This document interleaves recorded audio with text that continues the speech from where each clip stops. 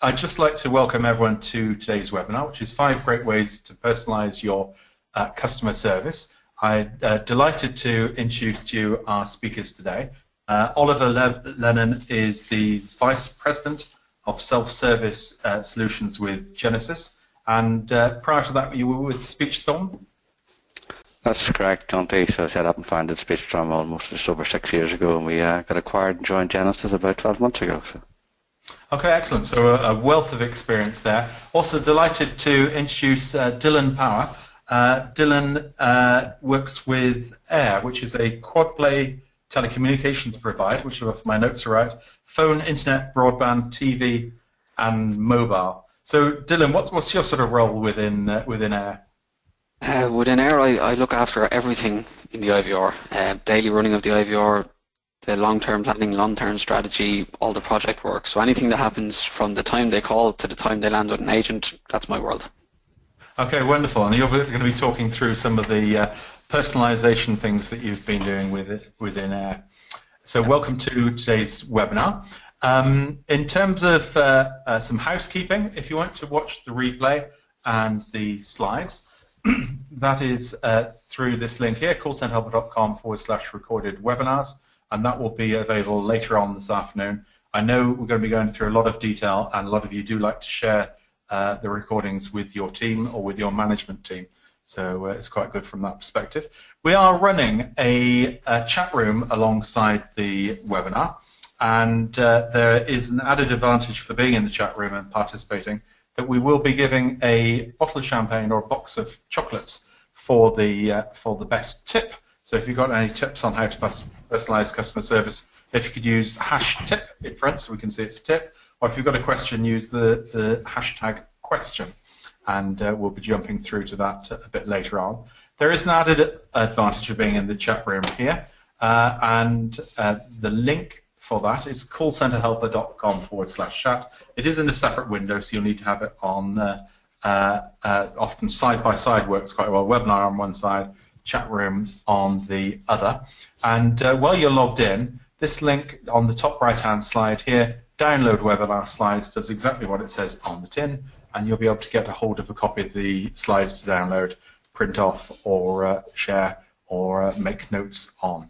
So what I'd like to do, if you could log into the chat room, and the question we'd like to ask you is, how personalized is your service today? So what do you do in terms of personalization? If you don't do anything, if you'd like to add that in, and we'll have a look at some of those answers coming through.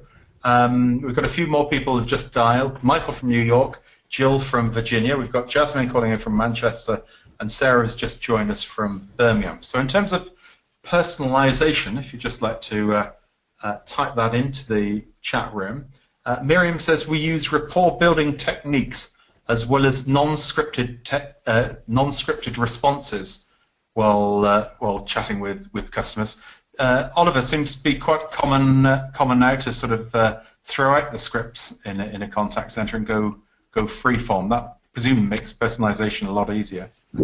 It certainly does. It clearly depends on the industry and the type of query. Some of them queries obviously do need to be, and even for regulation perspective, it needs to be quite scripted. But yes, we can certainly do see organisations moving more to a free form, and in fact, we actually see even some organisations moving away from the concept of AHT, agent handle time, because they see that as potentially restrictive to how they engage their customers. But so yes, there are things are happening out there. Excellent. Well, David has said, in my team, whenever a direct guest makes a booking, the agent takes time off the phone and writes by hand a postcard which thanks them, highlights something to look out for on the tour, and also signed off by the agent they dealt with. So I think that's a great technique. I guess, Dylan, in a company like yours, if you send a postcard to everyone, that would be an awful lot of post going out the door. Not sure we could afford the stamps, Jonty. So certainly a quite nice one I've heard is sending a birthday card out to customers, but once you get over 10,000, that can become quite logistically difficult. Let's have a look at a couple of the other ones. Carrie says we only use name exchange, but we don't have any scripts which allows for personalization. Michael says, make a human connection to the customer and their issue through displaying empathy. I think empathy is a great way of building rapport with people. And Sarah says, we only currently personalize the call with each customer by name, and not every call is the same. So there's a degree. So I think we've got some room for improvement there, and I think some of the topics we'll be going through are going to be quite interesting. I'd just like to run a poll now, and I'd like to ask the question: what are the blockers that you have to personalization? So I'll just put the questions up here. So you can tick all that apply. So is the blockers for personalization individuals not having unique telephone numbers? For instance, there's a household that people may share it. Is it that you don't have accurate phone numbers in the database to match up against? Is it your IT infrastructure doesn't easily allow personalization? Do you find problems with customer segmentation in terms of how do you personalize, or the business rules that you use? Or is it due to some form of data protection or security issues? So if you'd just like to vote on the answer of that. Oliver, do you think there's going to be a top answer that comes out here? The one we often see, Jonty, is access to data and probably segmentation of the customer. Those are probably the two that we see most of. Okay, well, let's have a look at the.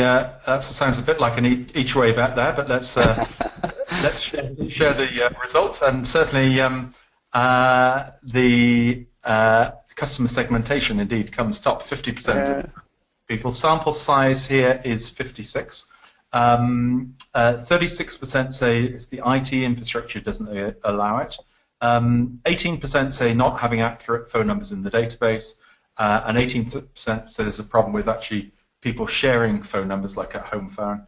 And surprisingly, only 18% believe that data protection or security issues may get in the way. Does that surprise you, Dylan? No, I don't think we need to worry about data protection or security issues just to personalize it. There's obviously certain aspects that we can't discuss off our customers' accounts without completing data protection or for security reasons, but it still doesn't stop us offering a personal service. No, I think there's some... And I think there's some great options there. So there's a bit of background there, and I think certainly customer segmentation and business rules, knowing what to do and how to personalize. Hopefully by the end of today, if anyone has done any segmentation or device and business rules, if you'd like to share that with us in the chat room, that would be great to see. Right. Okay. So that was a great poll. What I'd like to do now is I'd like to pass the baton across to Oliver Lennon from Genesis. And Oliver, if you'd like to take through your thoughts on how we can personalize customer service. If you'd like to put your slides up on the screen. Super, just a second, and I will indeed, Jonty. So hopefully my screen is now visible. Indeed it is. So thank you very much, Jonty, for the introduction. As you said, my name is Oliver Lennon, Vice President of Self-Service Solutions at Genesis. So for the next 12 or 15 minutes, I'm going to talk a little about personalization in the world of self-service, how you can implement it, and indeed some of the benefits you can gain from implementing self-service. When you look at the shifts in within the digital customer communications today, by the time a customer reaches the contact center, they are likely to have been or are currently on our website. They've already tried to gather as much information to solve a problem on their own, and indeed today's customers are much more knowledgeable than they have been for some time. While self-service historically has focused on call deflection and on call avoidance, indeed, the reality is today that self-service is now is a preferred solution by customers in the first place, particularly to look for information. And it's only when customers can't find that information either online or indeed through other channels that they then tend to seek to speak to someone within the contact center.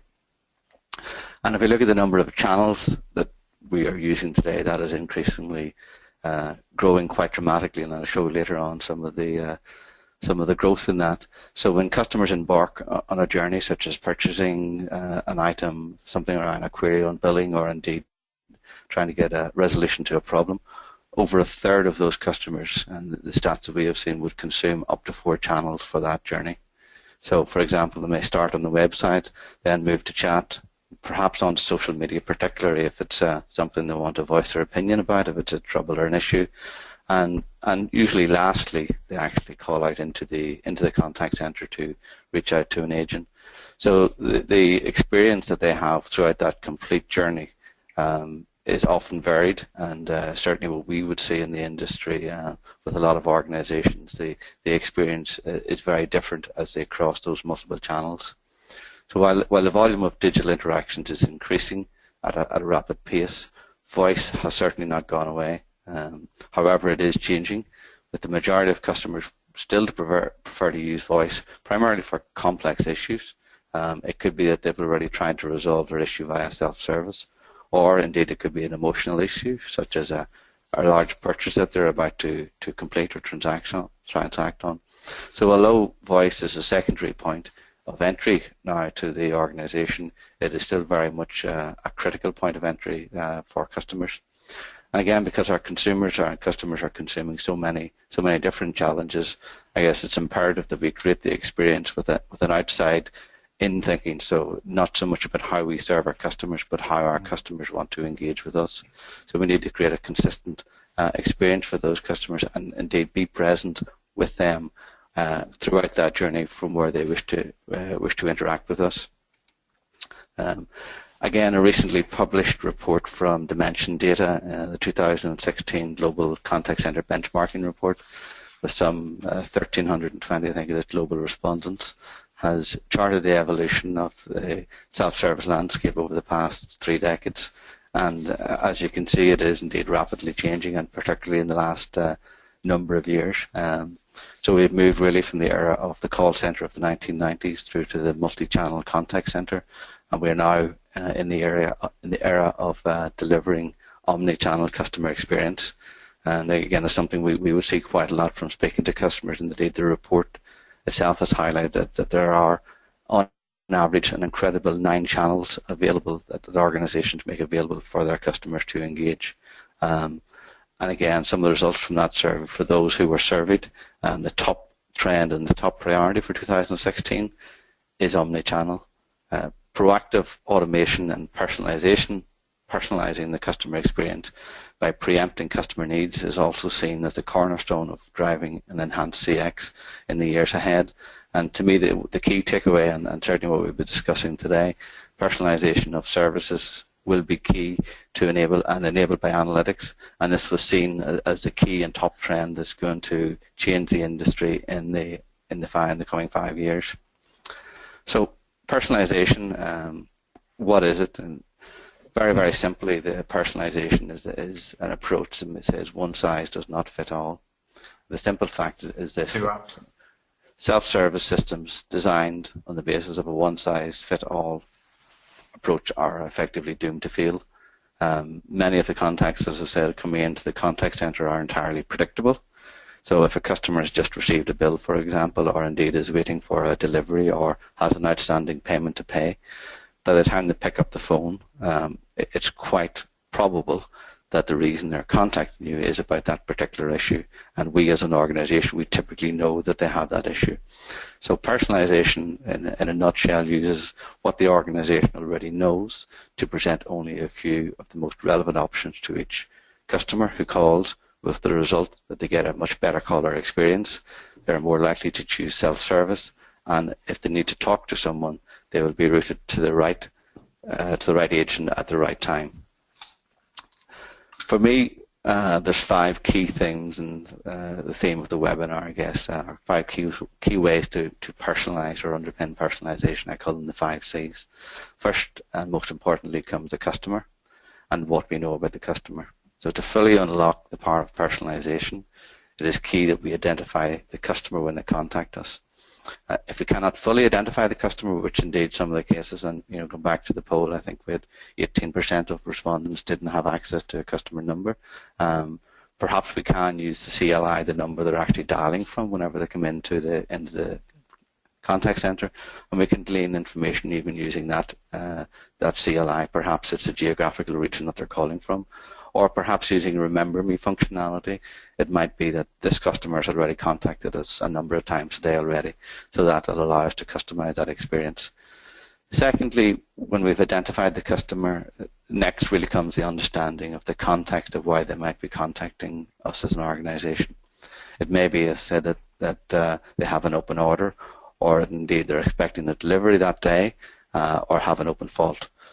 So, for example, if they have received a new bank card, if you're a banking organization in the last 3 days, then the likelihood to call there is around activating that card. Therefore, we could say something like, "Hi, thank you for calling Genesis Bank." Not that Genesis Bank exists per se.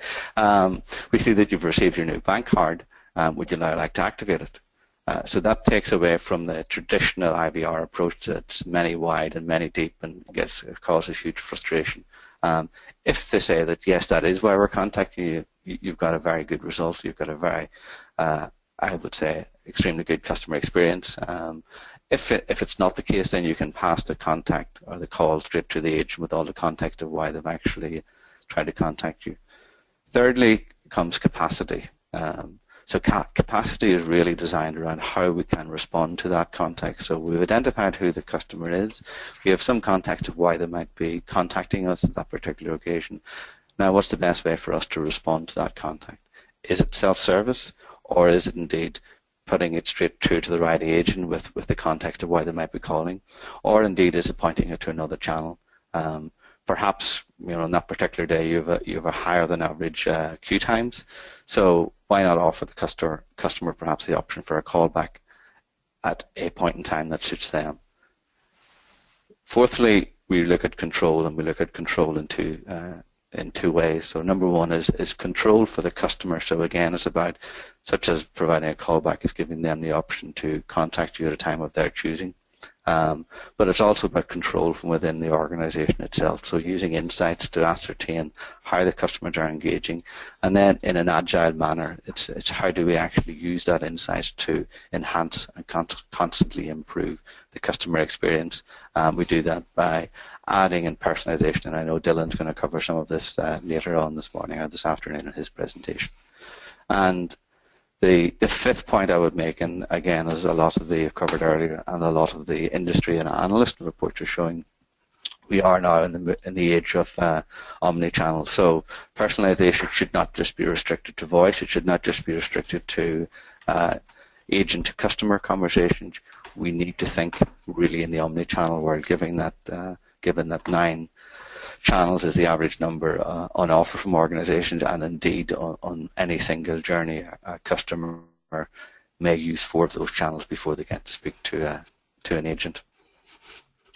So what can personalization drive? I mean, the results of personalization are and can be pretty impressive. So this is a case study carried out by industry analyst Ovum, who summarised ER, and again, Dylan will cover this later on in more detail, how they doubled self-service and improved the NPS, and this was measured NPS on the IVR by introducing personalized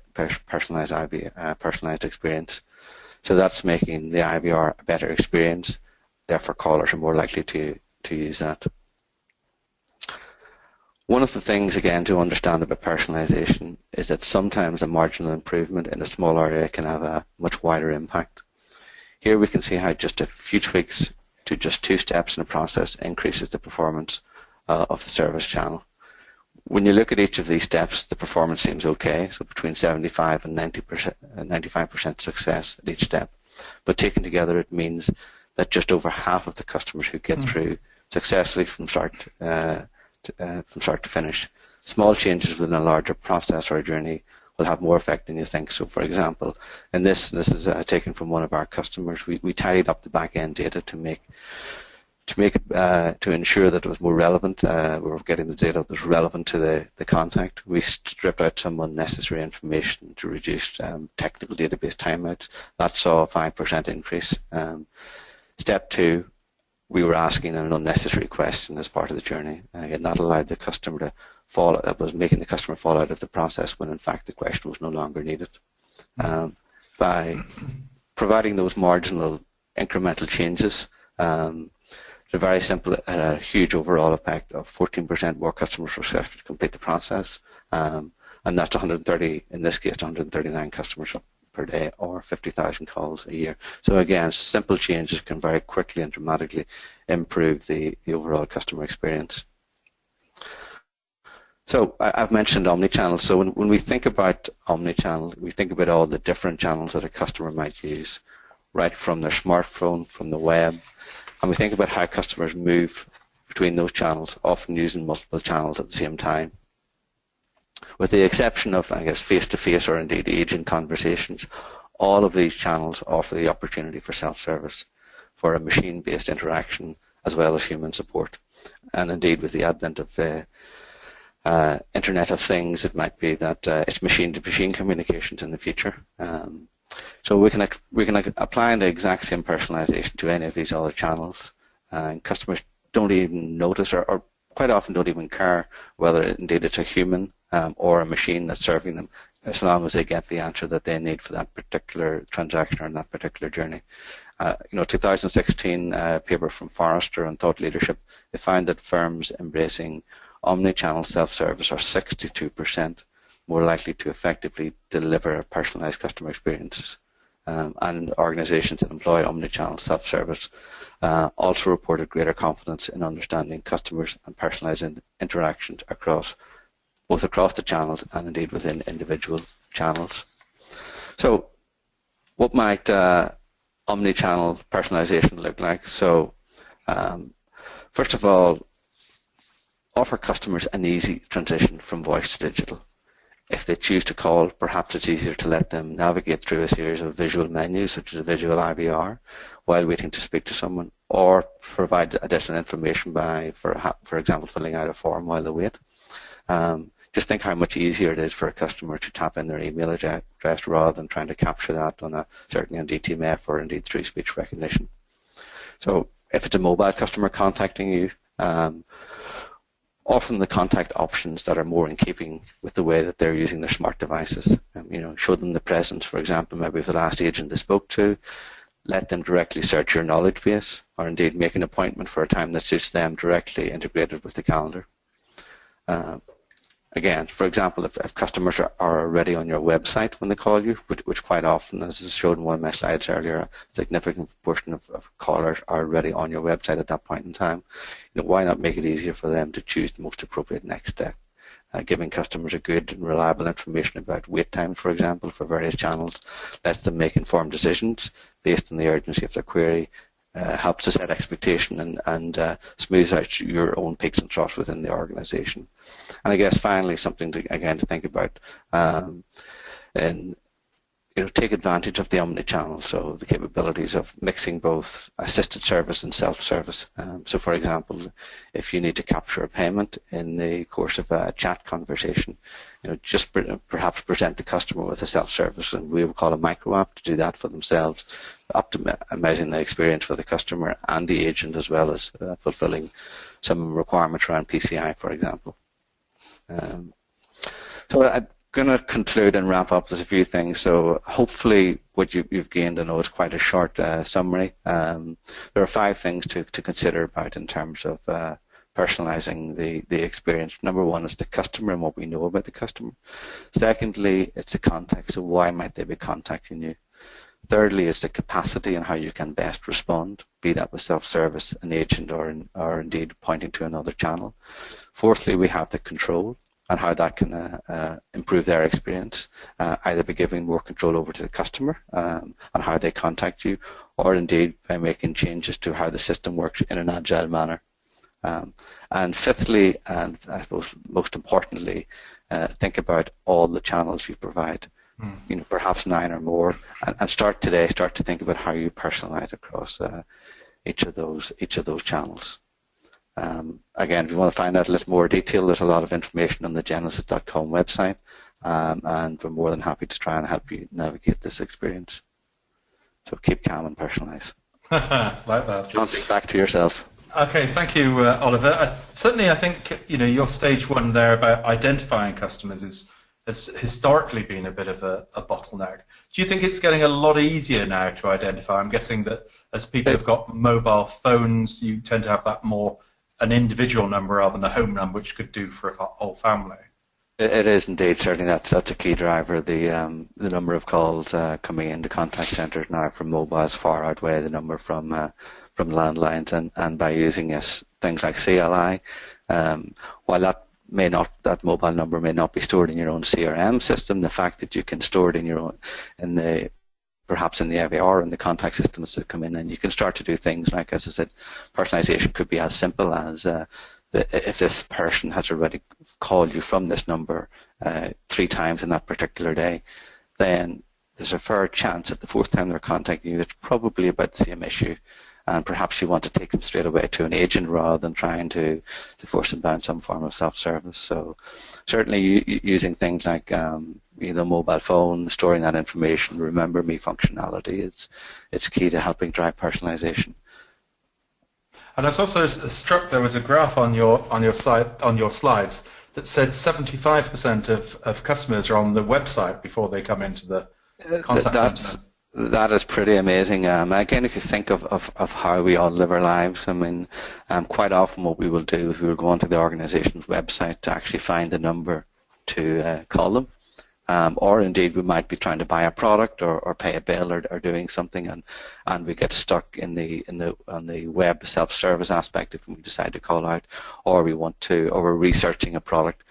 So we all use the web quite a lot now, primarily for research, but there is again a significant number of customers who are on your website just simply to actually find out the number that they wish to, or that they need to call to contact you. So it's really about understanding that journey and the journey where the customer has started and how they're coming through the various channels, and then trying to tailor and personalise the experience whenever they do come into the contact centre. So I guess that's a trick that a lot of contact centre are missing, and one that could be improved, is that handover from I'm on the website, I want to call into the call centre, is personalising that journey from just here's the generic telephone number.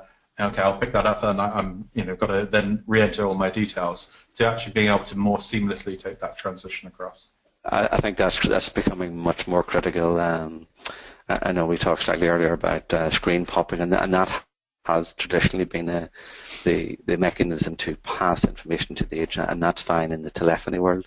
But when we move much more into the digital world, gathering all of that information, and very often organisations do have the information to hand, and it's about using that information and utilising it in the right manner that's critical. So it certainly is, omni-channel becomes much more, and as seen in the data dimension benchmarking report, organisations are now really thinking around omni-channel personalisation, and that's going to be the key theme and driver for the next number of years. Well, we're going to jump across now to a poll, which I think ties in very well with some of the step 5 that Oliver mentioned about omnichannel. And I'd like to ask the question of the audience: which channels do you currently personalise? Is that the telephone? Do you personalise the telephone queue or the IVR system as they're calling in? Do you personalise web chat? Do you personalise email, or have you a personalised website or web self-service offering to people? So I'd just like to vote on this. I think it's going to be quite fascinating to see how you personalise different channels. And let's, I think it's just a couple more votes to come in. Okay, I'm going to close the poll here and share this with everyone. So, this is quite interesting. 83% of people are personalising email. Funnily enough, email seems to be one of the least automated channels that I see. 79% telephone, 34% web chat, 21% telephone queue or the IVR, and maybe there's a trick here. Only 7% personalise the website. So, Dylan, I don't know if any of these results surprise you. Just that probably not as many people are using any sort of personalization on their IVR, and I suppose we're not talking about using the customer's name, but just using things that are more specific to the customer and discussing things on their account specifically without being prompted to do so. Indeed. Oliver, I think you were just about to jump in then. Yeah, I think, perhaps an interesting follow-up to that survey, Jonty, would have been, why do we feel people are not personalising these different channels? And certainly the IVR, which is ripe for personalisation, but I also think it has been, and this is where the vendors are really the blame lays at the door of the vendors. I mean, the technology has been quite complex and too difficult to personalise, and therefore I think most organisations treat their IVR as a black box and don't bother changing it maybe over a period of 3 or 4 years. So I think it's maybe a restriction on the technology as opposed to a desire to do so. Well, I think now's a good chance to ask a question in the chat room of why do you not personalise some of your channels? What is holding you back from personalising your IVR or your website, for instance? And I guess if you're not personalising the website, it's very difficult then to personalise the transition across to the contact centre. So if you'd like to explain some of your answers in there, that would be great to see. Right, we're going to jump across to the chat room where Rachel has been busily collating of all of your answers. So let's pass the baton across to Rachel, and we can see what's been going on in the chat room. Rachel, what have you got for us? Yeah. Can you see my screen? We can indeed, yeah. Fab. Got a few bits in. Brian said, we personalise by removal of scripts and matching the customer communication personality type. I'm guessing that's quite nice. We've had a tip in from Jasmine who said, we have coaches which listen into calls and give call scores related purely on the customer experience. This is to make the staff aware about the customer experiences and make sure all areas are covered. The staff are given their bonuses based on these scores. Jonty, I don't know what you feel about bonuses and things based on scores.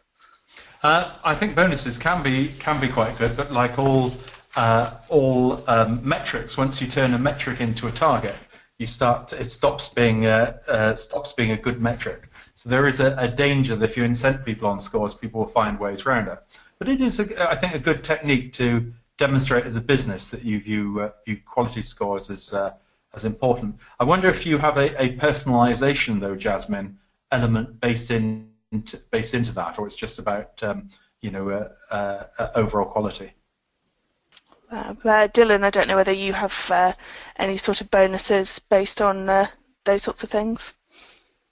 I think they do still have a bonus structure based on the quality of a call, but it's not quite as nice as the way Jasmine has put it. I think ours is based on certain criteria having to be fulfilled on each call, which does actually make it a little bit less personal. That every call follows a similar structure. We try not to script everything. We try to let the agents use it in their own language, but the structure of a call remains the same for most types of calls, unfortunately. Thank you. We've had a question in from Charlie who said, I'm planning on launching web chat in our contact centre in the next quarter. What would be your top tips for personalising web chat? Oliver, I don't know if you had any tips? I would suggest, let me see, from a web chat perspective, clearly if in our world we would integrate parts of self-service with that, so where appropriate allow the customer through chat to actually complete part of the interaction on self-service as well, as a way of clearly when they come in on the website on web chat, it's much more difficult to identify them, so trying to pick up some sort of identification and verification would be key. And again, if you can have a breadcrumb of where they came from in the first instance, perhaps they've been on the website, and this is again down to maybe personalising the website. So if you know which pages, for example, they have already looked at, you perhaps know they're about to buy a product, then you can carry forward the conversation with that context in the back of your mind. And I would also suggest if you're looking to personalise that probably you limit the amount of concurrency, the number of conversations that an agent can take at the same time, because I think really anything above 2, it sort of gets difficult to sort of track and the speed of response goes up quite significantly. Yeah, I've seen some organisations actually going on a one-to-one basis now in web chat, and largely driven by regulation, where they can't carry the risk of perhaps the wrong content or information being typed into the wrong chat window. Yeah, when I've used web chat before, to actually contact a business, you have to type in your name and your query before you'll even be put through to an agent. So I think that's kind of personalising it from the beginning. And was on one yesterday, and the guy wouldn't actually speak to me until I said who I was. So there we go. We've had a tip in from Michael, who said build in time on each call to teach the customer how to self-serve that fits their level of comfort. Teach a man to fish. Oliver, do you agree with that sort of saying? Yeah, I mean, yes, you certainly can. I mean, if it were what you call teach a man to fish, I haven't heard that terminology before, but I think certainly it's something you could look at.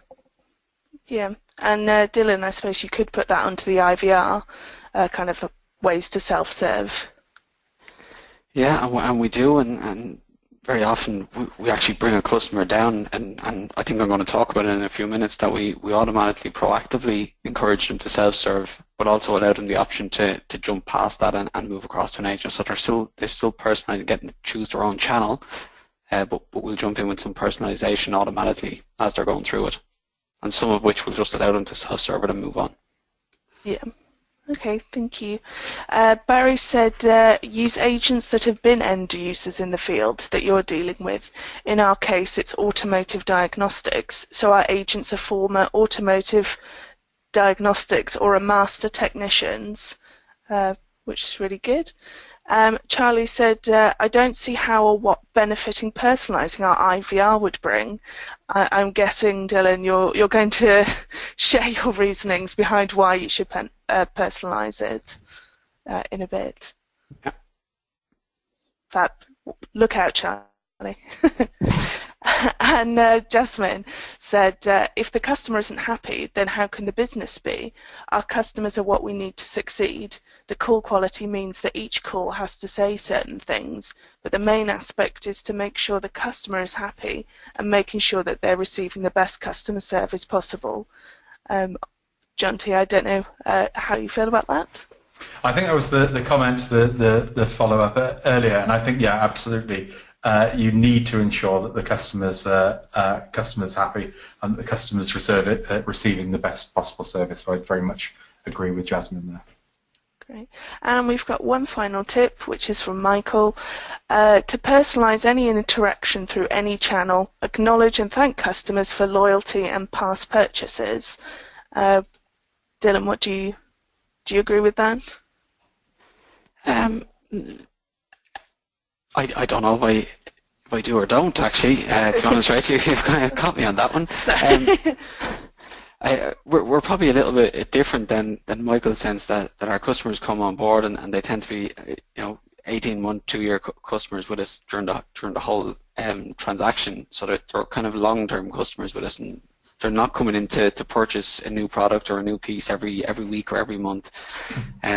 Maybe it's something we should do more of, actually, thanking them for remaining loyal with us. Oh, well, there's a tip for you then. Thank you. So, yes, John T, back to you. Okay, thanks. Thanks for that. Yes, we are indeed going to run a poll. So the poll is very much. Hang on, I've got the wrong screen showing here. Let's put the right one up here. The poll is all about how we address callers. So what I'd like to do is ask our audience, how do you address callers in your contact center? You can so it is Mr., Mrs., Miss, or Doctor, for instance, use their title. Do you use the first name? Do you say, how would you like to be called? Or do you say, do you mind if I call you? So it'd be interesting to see what the votes will come like on this. So if you'd just like to vote on how you address callers in your contact center, do you use the title, the first name? Do you ask them how they'd like to be called? Or do you say, do you mind if I call you? This is always quite an interesting one for me, because everyone knows me as John T, but at my It's a diminutive of Jonathan. So I do get asked quite a number of times, do you mind if I call you Jonathan? Whereas I'd probably prefer the how would you like to be called?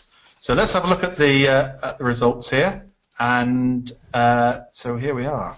This is quite interesting. 41% first name, followed by 30% would like to use a title, 22% do you mind if I call you, and only 8% ask people how they'd like to be called.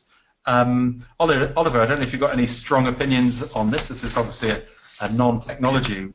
Yeah, it's well, from a personal perspective, I mean, I would, when I call or contact someone, I tend to use the first name of the agent as soon as they announce their name. I just think it's a better interaction, and I would prefer that they use my first name as well. Although I think, again, this is where I think you should consider personalization. It also depends on the demographic. So if you know it's perhaps an older caller, they might prefer a much more formal or by title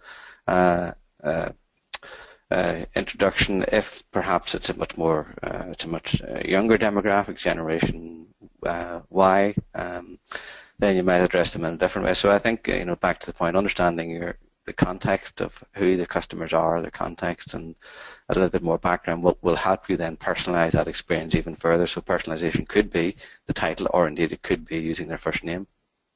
And we've got some interesting comments coming through on the web chat about this one. Billy says, on initial conversation with the customer, we always address them by their title, and then we move to ask if they can be addressed by first name.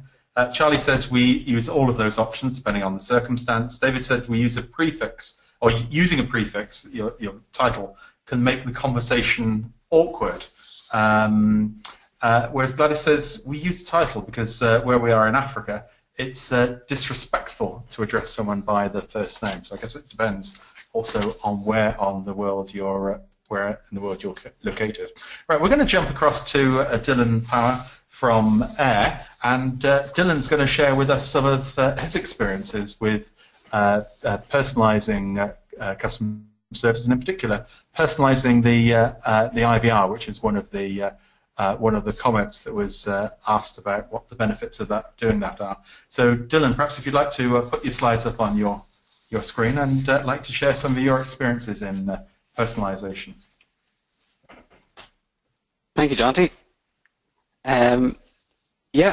I'd say my day-to-day role with Air is to look after the IVR every day, and every day we have some sort of a change, some minor or major changes that we do to our IVR. But my primary role here is to look after the long-term, the full end-to-end scale of what we do. That being said, we'll fire into what we primarily use our IVR for, and I think a lot of people see the IVR as just a necessary evil, a way to get through to a call center, somehow to get through and get done. But the big job and the huge job that our IVR does for is it identifies all our callers for us. And Ollie touched on that a little bit earlier on about the importance of identifying the callers throughout the process, and automatically is the best way for us to identify them. Automatically, being a mobile phone provider, most of our customers are going to call us from the number that we've provided to them, so it's actually very easy for us to do in that sense. We actually had 95% of our callers to our mobile brand will be identified straight away. But we don't have the same joy on the home phone, broadband, or TV side of the house for anybody who is not a mobile phone customer with us. Those guys we actually have to try and identify via a number that we might have on file for them, or various, So what we actually do, and Oliver did mention it earlier on, he talked about a Remember Me function, and we have a Remember Me function that if a customer calls from a phone number and they identify using their account number or any other way of identifying, we'll actually ask them if they would like us to remember that it's them calling the next time they call from that number. So we actually managed to, through that method, build up a very big database of our customers' mobile phone numbers, and when they come through to us, they're automatically identified. Identifying, as I say, is critical. We cannot personalize any of the journey for our customers until we identify the experience, until we identify them, apologies. And by identifying them, the first thing that we're able to do is to proactively notify them.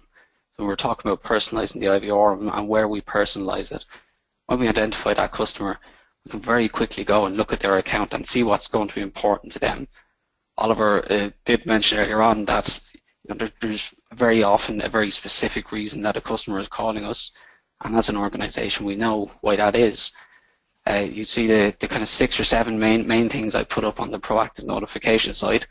The top one is disconnections, and if a customer doesn't pay us, we unfortunately do have to go down the route of disconnecting them. And they call in. Most of them actually call in to our technical support department. They don't realise they've been disconnected. They actually call into our technical support department and say, why is my broadband not working?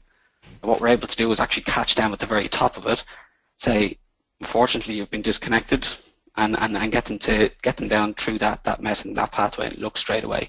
And that's not a pleasant journey for a customer, but it's a very quick and a very easy one for us to have with them in the IVR, and it shows them that we know who they are.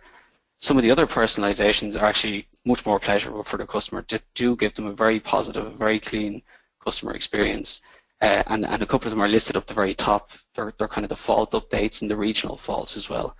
Regional faults are, with being a landline company, we often have areas of the country that are out of commission. Usually happens down in the west coast of Ireland when we have 6 inches of rain overnight. And some of our areas get flooded. So not only is the area down, but the roads are flooded, or there's 6 inches of snow and the engineers can't get out to them. But it's great when those customers call in for us to say, we know your line is not working at the moment. The entire area is down. We're very sorry about it. We're hoping to get this fixed, tomorrow, the day after that, or whatever day we're able to say to them. They're automatically going, all right, yes, great, these people know, they have everything under control. They actually hang up the phone at that point, and they head off, and they go about their day. We don't actually have to have an interaction with them on the other side of it. Simple little things that we're able to do. Another one is an order update. If a customer has placed an order with us over the last couple of days, one of the main reasons why they're ringing us is to see where that order is. Where's my iPhone? It's the big one. When is my iPhone going to be delivered? Is it going to be today? Going to be tomorrow? For us to be able to just tell them straight away, your iPhone will be with you tomorrow at 1 o'clock. Don't worry about it. They love it. They know that we know who they are. They know that their iPhone is on the way. They hang up the phone and they go back to their business very happily. Great little things that we're able to do for them. Some people ask us, what order do we do the proactives? Like if somebody has multiple ones, which do we do? The answer is we rotate them. Depending on the time of the year. Disconnections will always be first. It's unfortunately a necessary evil that we have. But after that, depending on the time of the year, will actually depend on which ones we put first. Faults will actually happen more often during the winter, so fault update is usually more important during the winter. If there has been major launches of new products, we'll move the order updates to the top. It's very often a lot of customers who are ringing up to find out where's their phone, where's etc. And then after that, depending on the time of the year and what we need, we have the ability to move them up and down.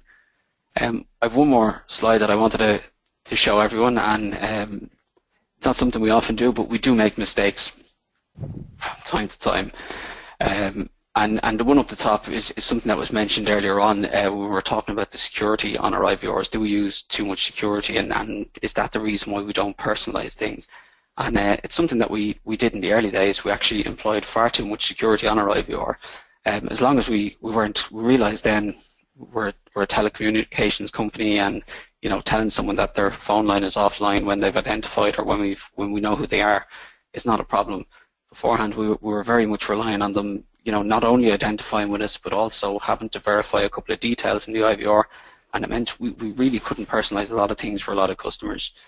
So when we removed some of that, we realized it was a bad idea. We removed some of that, and we were able to actually up our success rates a huge amount. You can see some of the other errors that we've made down here throughout the years. We tried to force customers to make full payments in the IVR. They didn't like that. As soon as we asked them the amount they would like to pay and let them choose the amount that they would like to pay us, our payment rates actually shot up through the IVR. And short timeouts was one that I'd spoke about a few times to people as well, and that was simply when we asked somebody for their credit card number, we were giving them about 7 to 10 seconds to start typing it in. but we had such a huge failure rate on that we couldn't figure out why. It was actually people didn't have the card out to start with. It took them just a little bit longer to fish into their wallet and take the card out. So when we upped the rates to kind of 15 to 20 seconds, again our completion rates and our run-through rates went absolutely through the roof again. So we've been actually able to get our payment successes for people who select payment up near, I think it's 82% at the moment. That's all I have for you today. Okay, Dylan, thank you very much for that. I certainly love some of those topics there. Got a question for you on the Remember Me function. You said that you ask people to be remembered. Do you remember their security details, or is that streamlined on the second time? How does that work? We actually do on the Remember Me. We have a full and a partial Remember Me. So if somebody comes on to the IVR from a number, and not only have they identified, but they've also gone through the security steps, we'll actually offer them to fully remember them, so they won't have to do any of that when they call from that number the next time. Oh wow! Yeah. That sounds like a really clever idea. Has there been any backlash against that, or is it the people who don't want that detail would just say don't remember me? People who don't want to just say don't remember. Most people will actually say yes. Backlash, I haven't actually got any backlash from it. We get on occasion we get some huge praise for that one. A couple of years ago, I believe, got a big write-up on a radio station to say, from the presenter, I won't say which one, but the presenter came on to say it was a fantastic experience, that every time he just has to pick up his phone, call us, and type in his details to make a payment, and it was great. It's not often we get praise for what we do in our IVR. Somebody not giving out about it is almost enough praise for us, but that was one of the few occasions that we have. Well, that sounds like an absolute fabulous idea. I mean, verification times, anything from 15 to 35 seconds or longer, that could be just a great way to speed up and make customers happy. So I think that's absolutely great. In terms of the Remember Me function, do you offer the option to speak to the same last person, or in just an organisation your size, is that just too difficult? We don't actually. You will always go through to the next available agent. We're doing a lot of work at the moment, though, to ensure. And Ollie talked earlier about the end-to-end, the multi-channel or the omni-channel journeys. We're doing a lot of work at the moment, and we're hoping in the next kind of 3 to 6 months that every agent across the company will have a complete view of every contact that the customer has had. In very quickly up in the screen, it'll actually pop with the customer coming through if they're identified, so they'll be able to see the last 10 interactions that we had with the customer. There's something that they'll be very quickly able to see. Oh yeah, you were talking to X yesterday, or you spoke to someone on chat the other day. So you're kind of very quickly able to personalize the customer's journey and history for them. Oh, well, that sounds like you've been doing some work then on your CRM system, which I think will enable that. I think customer history is very good, and I think, Rachel, if I'm not mistaken, that's a comment that's been raised in the chat room. It is, yes. Let me show my screen, and I can bring it up for everyone to see. Fab. Yeah. Charlie's sent in a tip saying, invest in a good CRM system. I've worked in several call centres as an agent and manager, and the difference is so clear and makes agents and customers' lives so much easier. Plus, when you get a good CRM, you use it to your advantage. Don't adopt your old processes into it. So I guess you like that one then, John, too? I do. Dylan, is that the sort of thing that you're doing? Yeah, actually. We're in the process of trying to move from, I think we had 3 or 4 CRM systems. Every department throughout the company had their own one, and nobody had visibility of anyone else. So we're trying to centralize them all into one big central CRM system that's also a case management system as well. We've had a question in from Sarah, who said, we do not have many options to personalise our IVR. We can put it on as many options as we wish, but we don't want to give too many options that may confuse the customer. How would you recommend personalising a limited IVR? Dylan, I'm going with this is for you. A lot of our stuff is proactive, as I said, based on what happens on the customer's account. So I'm exactly the same. If a customer does come down through to our main menu, I never want any more than 4 options or to be 2 levels deep. So 4 options in the main menu, only ever have to make 2 selections to get through to where they want to get through to. That's as far as we ever want to push it. I do, however, limit the options a customer hears based on the products they have with us. So if anybody has the ability to do that, we're a quad play customer, but if a customer only has one product, I'll only give them the options that are relevant to that one product. So if you have the ability to do that, I really recommend it. Great. Thank you for that. Yeah, I'll just jump in there, Rachel. So Sorry. you're okay. A key thing to that, as Dylan's pointed out, it's really around making the IVR much more dynamic. So the key is not to have a static IVR. It's really to use data that you collect either before they hit the IVR or indeed while they're on the IVR to offer the next most appropriate action for them. So you can have quite a range of plethora of different options, but the key thing is to offer the most appropriate one at the next point in time, as opposed to making every customer, every caller into the IVR choose the exact same option regardless of what you know about them. Thank you for that. Billy said you should be employing people on the level of service they can offer your customers on reward, which is essentially a false representation of your business. And Andy said we've taken quality assurance process out of the manager's role to let them focus on the customer service the agents are giving to our customers. John T, what do you think about that one? I think that's an interesting one, because certainly you can take quality assurance is a separate process. A lot of companies have a quality team. But I think one of the things is, from a team leader perspective, is to focus on what really should be the role of a team leader. One contact center I went to, the team leaders who had been promoted from the floor and had no formal training, then suddenly had all this email to deal with and thought their job was about actually responding to email in a timely fashion, and not realizing that probably the most useful thing is actually on the floor coaching of agents. So if you can take some of the quality assurance to one side and then let the team leaders focus on bridging those knowledge gaps and on coaching. Thank you. David said personalization, rapport building, relationships should be integrated into the business plan, appraisals and coaching sessions. Agents should be encouraged to show where they've built relationships. People buy people. Have the right relationships and people will come back.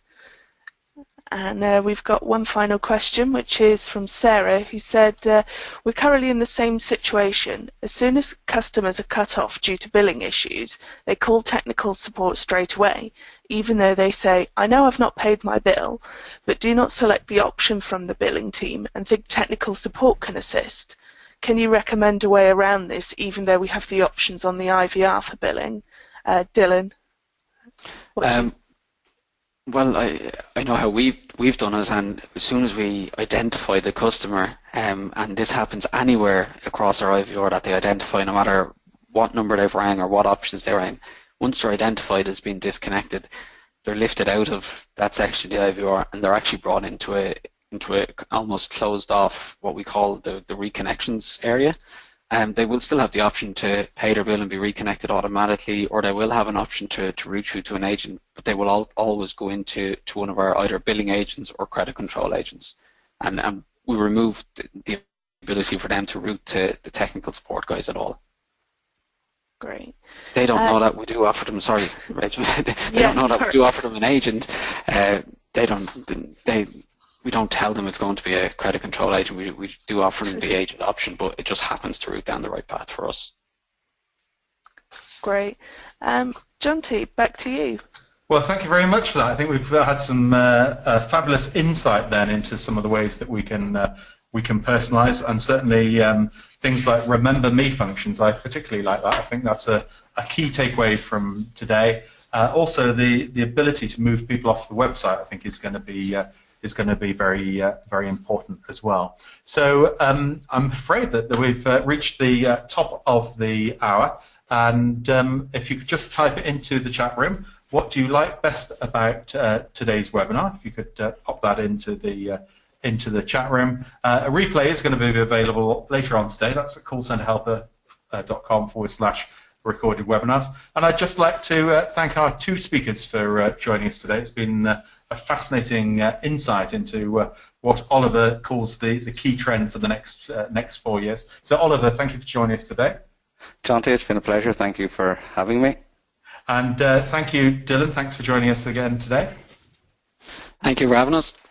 And that's our last of our webinar series for 2016. We're back in the new year after a break, and we'll be looking at the top predictions for 2017 as our first webinar of the year. So thanks everyone for joining us, and look forward to you all dialing in next year. Thanks very much. Bye-bye.